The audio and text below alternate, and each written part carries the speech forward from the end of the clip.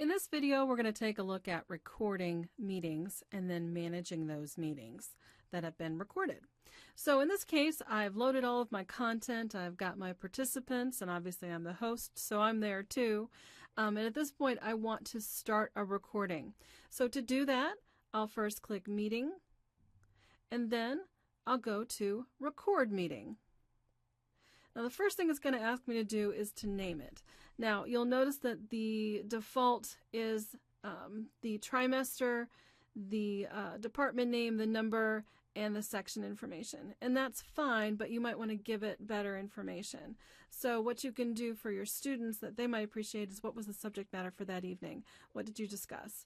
So I'm going to put what's actually the title of my presentation.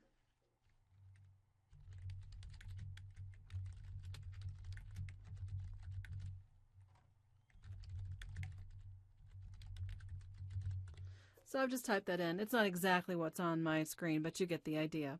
I can also put a summary.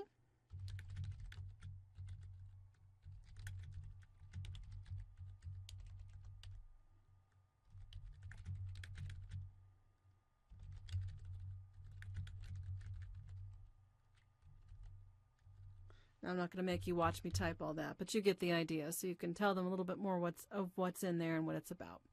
So once that's done, click OK. And you'll notice here at the top that the recording starts. This red button indicates that it has begun. You can then pause it or stop it. If you don't want to have this little window open, you can just close it, or it will go away eventually. However, if you want it to come back so you can do those items, you can simply click on it again, and again you can pause it or stop it. Pausing is nice, especially if you don't really want to stop the recording or have to go back and edit it later, but you don't want to record a section. So, you know, if you're doing a group activity and you don't want just the noise to go through there of people doing a group activity, it'd be better to pause it and then bring it back later. So if I pause it, it will change and show me the little parallel lines that tell me that it's paused. I can then click on the resume to bring it back, or I can simply stop it. Now, stopping the recording stops it for this session, and you can't append it at that point. So you basically would create a brand new recording if you start a new one. So if I hit stop, then the recording for right now is completed. So that one's going to stop and it will process. If I do a second one, so if I go back to the meeting and I click on record meeting, see how it jumps back there and now it has a 2 on the end? So this is a second recording.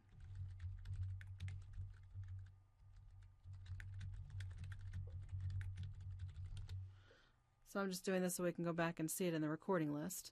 I'm going to click OK. I'm going to close that. We'll just let it go for a minute. Then I'll stop it. So that's a very short recording.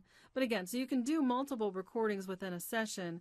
But again, once you stop it, that one in particular is done. So you can't append it or continue on to that recording.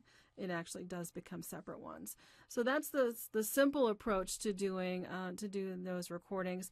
And then we'll take a look at what the result of that is. So I'm actually going to pause this and come back in just a minute so I can bring up the LMS. So now I'm back at the LMS. So now I want to see what the recordings look like within this section. So if I go and I click on Apps, then Meet, I will get to the recordings page, and it will take a second for those recordings to load because they're coming from that other system and the names we just gave them. So it's just going to be a second before they're done loading. So here's the recordings page. That's all been loaded for us. So what are the things that we looked at? So this is one I created a couple of days ago. Oh, I'm sorry, not that one. This is the one I created a couple of days ago. Was just an example. But here are the two that we just did in our examples. So making that connection, you'll see it's a separate recording from the second recording that I did in the same session.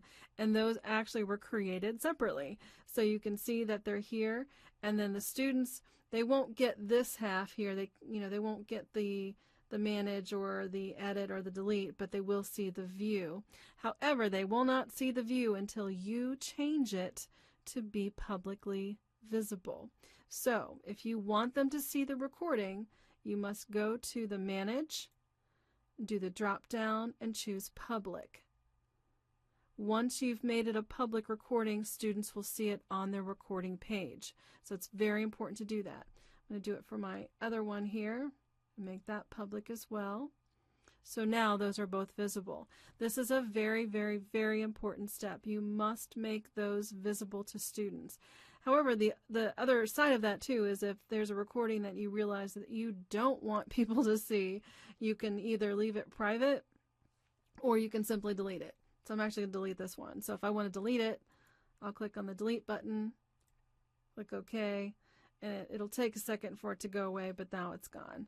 So that's another way to do that. But again, if I want them to see it, I must make it a public announcement. A public meeting by changing this section here. So that's the basics on managing recordings. So you learned how to create one as well as how to see where they show up and then make sure that they are viewable in a public way so that students can see it. Now, and keep in mind too, just to emphasize this, that even though I've said public, doesn't mean the general public can see it. It just means public as in students within this section will be able to see it.